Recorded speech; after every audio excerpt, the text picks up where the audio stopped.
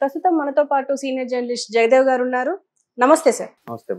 Sir, ప్రస్తుతం రఘురామకృష్ణ గారు MP ఆయన వైసీపీ పార్టీకి రాజీనామా చేస్తూ ఒక వినతి పత్రం ఇచ్చారు.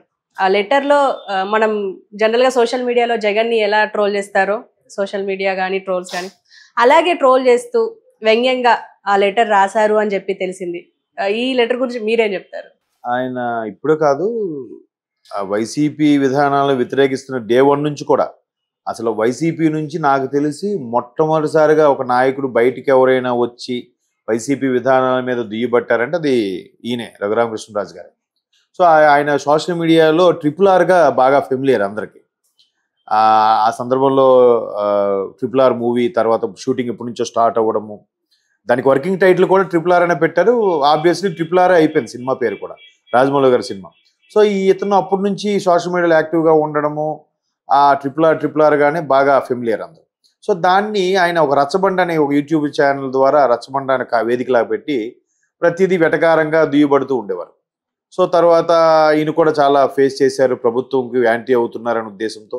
అసలు పెద్ద ట్విస్ట్ ఏంటంటే వైసీపీ తరపున గెలిచిన వ్యక్తి ఆయన ఎంపీ, నర్సాపురం నుంచి వైసీపీ అభ్యర్థి కదా, ఎంపీగా గెలిచారు. మరి ఎక్కడ చెడిందో ఏం జరిగిందో తెలియదు. డెప్త్గా అంటే ఎంతసేపు ఆయన ఈ విధానాలను వ్యతిరేకించారు, తర్వాత వైసీపీ జగన్మోహన్ రెడ్డి గారు కూడా ఆయన పట్టించుకోలేదు అని వార్తలు ఉంటున్నాయి, కానీ అసలు డీప్గా అనలైజ్ చేస్తే ఎక్కడ చెడింది అనేది కూడా ఎక్కడ క్లారిటీ ఉండదు. సో ఇతని మీద చాలా ఎలిగేషన్స్ పెట్టడము, తర్వాత ఆయన ఇక్కడ హైదరాబాద్లో ఉంటే పోలీసులు వచ్చి ఇక్కడ నుంచి అరెస్ట్ చేసి కొట్టుకొని తీసుకెళ్లారని ఆయన దెబ్బలు కూడా చూపించడం జరిగింది. పోలీసులు ఇలా టార్చర్ పెట్టారు నాకు అన్నట్టుగా కూడా. అంటే అది కూడా ఎలాగా, ఇప్పుడు ఒక స్టేట్ నుంచి ఇంకో స్టేట్కి మారేటప్పుడు పోలీసులు ఖచ్చితంగా లోకల్ పోలీస్ స్టేషన్కి ఇన్ఫార్మ్ చేయాలి. ఇన్ఫార్మ్ చేసి అప్పుడు చర్యలు లోకల్గా లేదా ఎస్పీకి లెటర్ పెట్టుకొని హెల్ప్ తీసుకోవాలి. అదేమి చేయకుండా ఇక్కడ తీసుకెళ్లారని అదొక కేసు. తర్వాత చాలా ఇప్పుడు ఆయన ఏం చేశారంటే తర్వాత రాజీనామా పెడితే రాజీనామా దానికి వైసీపీ వాళ్ళు యాక్సెప్ట్ చేయలేదు.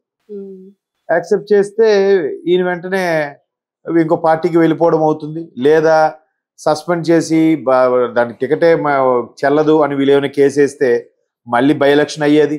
లేదు ఆ కేసు ఇలా నానుతూ ఉంది అంటే ఖచ్చితంగా అతను వైసీపీ అభ్యర్థి కాదురా, వేరే పార్టీకి ఆయన చేరాడరా అనుకోవడానికి. అది జరగలేదు, కేసు జరగలేదు. ఈయన వైసీపీ నుంచి తీసేస్తున్నట్టుగా వాళ్ళు ప్రకటించలేదు, కనీసం సస్పెండ్ చేస్తున్నట్టు కూడా చెప్పలేదు. సస్పెండ్ ఇంత బాబు మీరు నాకు వద్దన్నా కూడా ఇంకా వాడి మీద ఏం చర్యలు తీసుకోకుండా ఉంచే ఉద్దేశం ఏంటి? పరుగు పోతుందని భయమా, లేదంటే గవర్నమెంట్ వచ్చి సంవత్సరం కూడా అవ్వలేదు ఇలా జరుగుతుంది ఏంటా అని రకరకాల ఆలోచనలు విధానం విషయంలో వాళ్ళు ఏమి నిర్ణయం తీసుకోవడంతో ఈయన కౌంటర్లు సెటైర్లు ఆపలేదు. అదే యూట్యూబ్ వేదికగా చాలా సందర్భాల్లో మాట్లాడారు. దానికి కూడా వాళ్ళు రకరకాలుగా విగ్రాజ్ అని ఏవో పేర్లు పెట్టి ఆయన్ని హింసించారు, ఆయన్ని ట్రోల్ చేశారు. అయితే ఇప్పుడు ఆయన తర్వాత చాలా వైసీపీ మీద మరి ఎందుకు అట్లా జరిగిందో తెలియదు, కానీ ఆయన ఒక 2 months బ్యాక్ 3 months బ్యాక్ ఒక సుప్రీంకోర్టుకు లెటర్ కూడా రాశారు. ఇప్పుడు 10 ఏళ్ళుగా బెయిల్ మీద ఉండే వ్యక్తి ఇప్పుడు రాష్ట్రాన్ని శాసిస్తున్నాడు, ముఖ్యమంత్రి అయిపోయారు, ఇంకా బెయిల్ ఏంటి? ఈ కేసు ఇక్కడే నడుస్తుంది, హైదరాబాద్లో ఉండడం వల్ల ఈయన నచ్చినట్టుగా జరుగుతుంది. ఇక్కడ కూడా హైదరాబాద్లో ఆయనకి బాగా ఫేవర్గా ఉండే ప్రభుత్వం ఉండడం వల్లే నడుస్తుంది అన్నట్టుగా.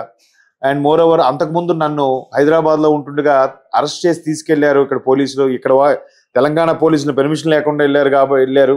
అప్పుడు తెలంగాణ పోలీసులు ఎటువంటి యాక్షన్ తీసుకోలేదు, ఎందుకంటే తెలంగాణలో జగన్మోహన్ రెడ్డి గారికి ఫేవర్గా ఉండే ప్రభుత్వం ఉందని రకరకాల రీజన్స్. అది మొన్న బీఆర్ఎస్తో చాలా క్లోజ్గా ఉన్నారన్న కూడా కొన్ని వార్తలు రుజువు చేశాయి ఎలక్షన్స్ ముందు కూడా. సో వీటన్నిటి మీద కూడా ఆయన కామన్గా రెస్పాండ్ అయ్యాడు. అసలు ఎందుకు వైసీపీ ఇటువంటి నిర్ణయాలు తీసుకోవడం ఏంటి, ఎందుకు ఇలా చేస్తుంది, అన్నిటి విషయాలు కూడా లోక్సభలో ఎవరైనా మాట్లాడి స్పందించినప్పుడు కూడా అక్కడ వాళ్ళకి టీడీపీ ఎంపీలకి సపోర్ట్గా ఉండడం, తర్వాత చంద్రబాబు గారిని అరెస్ట్ అయిన తర్వాత ఢిల్లీలో కొంతమంది నాయకులు అక్కడ ధర్నా చేశారు, చంద్రబాబు అరెస్ట్ గురించి నిరసన తెలియజేసినప్పుడు కూడా ఈయన వాళ్ళతో పాటు ఉండి ఈయన కూడా నిరసన తెలియజేయడం జరిగింది. అయితే ఇప్పుడు ఏంటంటే నర్సాపురం టికెట్ టీడీపీ కోటాలోకి వస్తుందా లేదా జనసేన కోటాలోకి వస్తుందా అనేది ఇంకా పూర్తి స్థాయి క్లారిటీ రాలేదు. వచ్చిన నేపథ్యంలో అయితే ఆయన టీడీపీలోకి కానీ జనసేనలో కానీ షిఫ్ట్ అయ్యి ఆ పార్టీ పరంగా పోటీ చేయొచ్చు. ఇంతకుముందు నేను చెప్పాను, ఆ నియోజకవర్గంలో ఏ పార్టీకి ప్రాధాన్యత ఉంది, ఏ అభ్యర్థికి ప్రాధాన్యత ఉంది, ఆ అభ్యర్థి ప్రాతినిధ్యం వహిస్తే గెలుస్తాడు అనుకున్న సందర్భంలో ఆ వ్యక్తి టీడీపీ తీర్థం కానీ జనసేన తీర్థం కానీ పుచ్చుకొని పోటీ చేయడం జరుగుతుంది. ఇప్పుడు నరసాపురం విషయంలో రఘురామకృష్ణరాజు గారు కూడా అదే చేయబోతున్నారు. కాకపోతే వైసీపీ నుంచి నన్ను అడిగితే ఫస్ట్ బయటకు వచ్చి ఆ విధానాలని ఎండగట్టింది మాత్రం ఈయనే. బట్ వైసీపీ కూడా ఎందుకో చర్యలు తీసుకోలేకపోయింది. తీసుకున్నా వీళ్ళు పరుగు దక్కేదేమో, మేము ఆయనకి తీసుకున్న చర్యలు తీసుకున్నాం, ఆయన పెట్టిన టార్చర్ పెట్టాం చాలులే అని రిలాక్స్ అయిపోదురేమో, అది జరగలేదు. ఎందుకు, ఒకవేళ ఆయనకి సస్పెండ్ చేసినా లేదా పార్టీ నుంచి డిస్మిస్ చేసినా ఈయన మళ్ళీ వేరే పార్టీలకు వెళ్ళిపోతాడు, మన ఎదురుగా తోగజాడిస్తాడు అనుకున్నారో భయపడ్డారో తెలియదు, కానీ అది కూడా అమలు అవ్వలేదు. సో దానికి సంబంధించి ఇప్పుడు ఎలాగూ అయిపోయింది, ఇంకొక వారం 10 రోజుల్లో ఎలక్షన్ నోటిఫికేషన్ కూడా వచ్చిపోతుంది. మీరు ఇప్పటికైనా యాక్సెప్ట్ చేయాలి కదా. వీళ్ళు ముఖ్యమంత్రితో సహా అందరూ ఎలక్షన్ నోటిఫికేషన్ వచ్చాక రాజీనామా చేయాల్సిందే.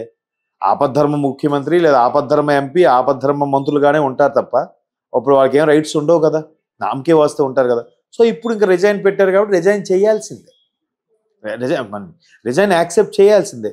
ఇప్పటికీ చేయకపోతే ఇంకా ఇంకా ఉన్నపొర ఊరు, అదే సామెత ఉందండి, ఉన్నపొర ఊరిలో సగం పరువు సంతలో పోయింది అన్నట్టు అట్లా జరుగుతుంది.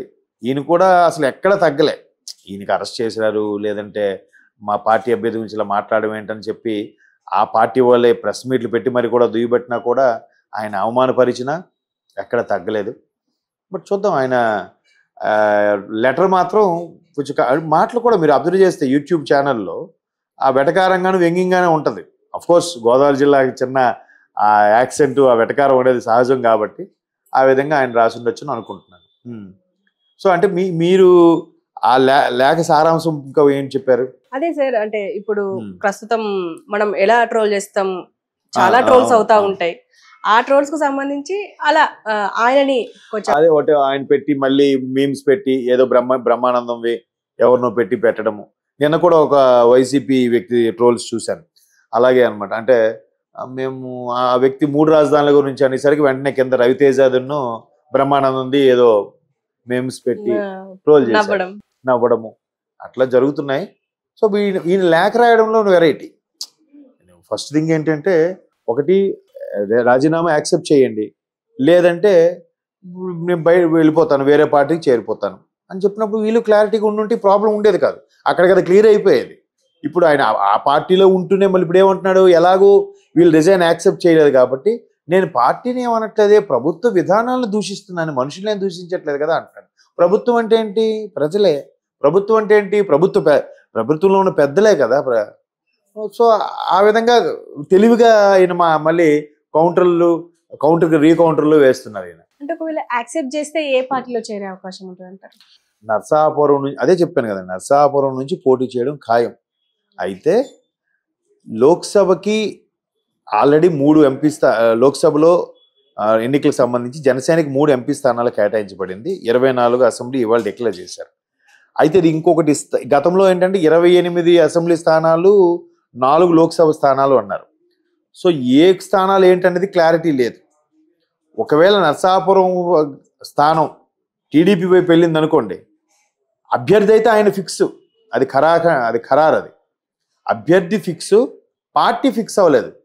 అది టీడీపీకి వచ్చింది అనుకోండి, టీడీపీ జాబితాలో వచ్చింది అనుకోండి, ఆయన టీడీపీ తీర్థం పుచ్చుకుంటారు. ఒకవేళ లేదు, కూటమిలో భాగంగా జనసేన వైపు వెళ్ళింది అనుకోండి, ఆయన జనసేన తీర్థం పుచ్చుకుంటారు. అర్థమైందా? సో అందుకు ఆయన కూడా టీడీపీకి మద్దతుగానే ఉన్నారు, అలాగనే జనసేనకి యాంటీగా ఏం లేరు, జనసేనకు కూడా ఫేవర్గానే ఉన్నారు. రెండిట్లో ఏవి బాగుంటే అటువైపు మొగ్గు చూపే అవకాశం ఉంది, అటు తీర్థం తీసుకొని, అంటే ఏదో ఒక పార్టీ జెండా అలాగే పార్టీ గుర్తు కావాలి కాబట్టి దాన్ని తీసుకునే ఛాన్సెస్ అయితే కనిపిస్తున్నాయి. సో అప్పుడు జనసేనకు భీమవరం ఎలాగూ జనసేనకి ఇస్తారని అంటున్నారు కాబట్టి టీడీపీకి నర్సాపురం వచ్చేమో, సారీ భీమవరం ఉంటే నర్సాపురం నియోజకవర్గమే కదా టీడీపీ లోక్సభకు సంబంధించి. సో మిగతా అమలాపురం ఏమి ఉన్నాయి కదా, కాకినాడ, అమలాపురం, అవి కాకినాడ ఒకవైపు జనసేన అంటున్నారు. అలా అయితే ఆ నర్సాపురం మళ్ళీ టీడీపీ అది ఇచ్చారనుకోండి, అప్పుడు టీడీపీ వైపు ఆయన టీడీపీ తీర్థం పుచ్చుకొని టీడీపీ తరఫున పోటీ చేస్తారు. లేదు జనసేనకి మరొక సీట్ ఇచ్చే ఛాన్స్ ఉంటే కనుక, అది నర్సాపురం అయితే కనుక, అప్పుడు జనసేన తీర్థం తీసుకొని పోటీ చేసే ఛాన్సెస్. ఎందుకంటే ఇంకా 57 ఎమ్మెల్యే స్థానాలు, అలాగే కొన్ని లోక్సభ స్థానాలు ఇంకా డిక్లేర్ చేయలేదు టీడీపీ. బీజేపీ పొత్తు కూడా ఉంది అంటున్నారు. పొత్తులో భాగంగా జనసేనకి ఇంకో సీట్ కేటాయిస్తారా, బీజేపీకే 4-5 కేటాయిస్తారా అనేది ఇంకా క్లారిటీ రాదు. ఈ మంత్ ఎండింగ్లో నరేంద్ర మోడీ గారు కూడా రాష్ట్రానికి వస్తున్నారు కాబట్టి అప్పుడు క్లారిటీ వచ్చే ఛాన్సెస్ ఉన్నాయి. ఆయన రాష్ట్రానికి వచ్చాక మరొకసారి మంతనాలు జరిగి చేసుకోవచ్చు maybe. Okay sir, thank you.